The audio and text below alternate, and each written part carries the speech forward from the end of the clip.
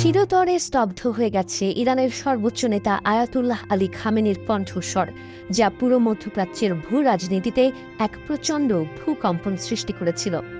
অত্যন্ত গোপনীয়তায় মোড়ানো সেই হামলার দিনটি ছিল ২৮ ফেব্রুয়ারি ২০২৬, যেদিন ভোরে মার্কিন ও ইসরায়েলি বাহিনীর নিখুঁত ও বিধ্বংসী বিমান হামলায় ধূলিসাৎ হয়ে যায় খামেনির সুরক্ষিত কম্পাউন্ড।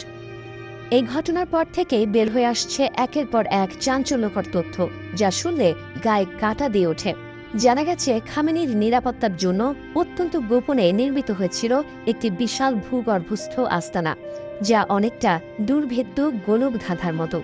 স্থাপত্যের নথিপত্রে দেখা গেছে হাবিব ইব্রাহিমি নামের এই আস্তানাটি মাটির প্রায় ৩০ থেকে ৩৫ মিটার নিচে নির্মাণ করা হয়েছিল, যেখানে ছিল শক্তিশালী ব্লাস্ট প্রুফ ঘর এবং সংকটের মুহূর্তে পালানোর গোপন সুড়ঙ্গ।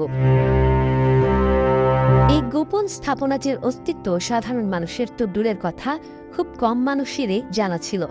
খামেনির ব্যক্তিগত গাড়ির চালক হাবিব ইব্রাহিমের নামানুসারে রাখা এই কমপ্লেক্সটি একটি ক্রীড়া কেন্দ্রের নিচে আড়াল করে তৈরি করা হয়েছিল। সুড়ঙ্গগুলো এমনভাবে নকশা করা ছিল যে তা সরাসরি গিয়ে ঠেকেছিল তেহরানের গুরুত্বপূর্ণ রাস্তা এবং এনভেলপ স্কোয়ারের কাছের একটি গাড়ি পার্কিংয়ে। পরিকল্পনা অনুযায়ী এই স্থাপনায় ছিল ৩ স্তরের পার্কিং ব্যবস্থা, লক্ষ্যভেদের প্রশিক্ষণ কক্ষ এবং নিরাপত্তার জন্য অত্যাধুনিক সব ব্যবস্থা। ২০০৯ সালে খামেনির ব্যক্তিগত অনুমোদনে শুরু হওয়া এই প্রকল্পের ব্যয় নির্বাহ করেছিল খাতাম আল আনবিয়া কনস্ট্রাকশন হেডকোয়ার্টার্স। অথচ নিয়তির পরিহাস যে বছরের পর বছর ধরে এত বিশাল আয়োজন করেও শেষ রক্ষা হল না। গোয়েন্দা তথ্যের উপর ভিত্তি করে চালানো এই অপারেশনটি ছিল ইতিহাসের অন্যতম আলোচিত ভয়াবহ আঘাত।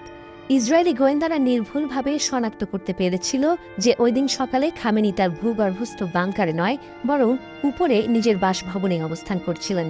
প্রতিদিন রাতে বাংকারে আশ্রয় নেয়া খামেনি সেদিন কেন দিবালোকের ভরসায় উপরে ছিলেন তা আজ এক বিশাল রহস্য, এবং সেই ভুলই তার জীবনের শেষ ভুল হিসেবে প্রমাণিত হয়েছে। আকাশপথে ছুটে আসা মার্কিন ও ইসরায়েলি যুদ্ধ বিমানগুলো মুহূর্তের মধ্যেই বৃষ্টির মতো নির্ভুল লক্ষ্যভেদী বোমা নিক্ষেপ করতে শুরু করে। প্রচণ্ড বিস্ফোরণে কেঁপে ওঠে তেহরানের বুক। খামেনির সাথে থাকা তার পরিবারের সদস্য, নিকটতম সহযোগী এবং শীর্ষ নিরাপত্তা কর্মকর্তাদের অনেকেই এই হামলায় মুহূর্তেই নিশ্চিহ্ন হয়ে যান।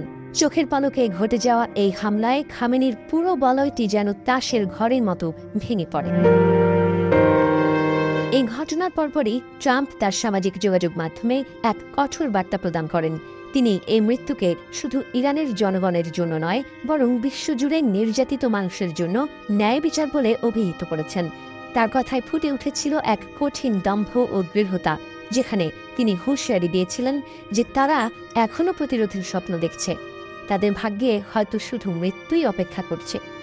এদিকে এই ভয়াবহ খবরের পর পুরো ইরান জুড়ে শোকের ছায়া নেমে এসেছে।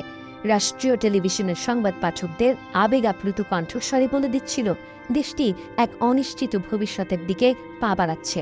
পরবর্তী সর্বোচ্চ নেতা হিসেবে মোস্তফা খামেনির নাম শোনা গেলেও এই শোকের আবহে পুরো ইরান যেন এক গভীর শূন্যতায় তলিয়ে গেছে।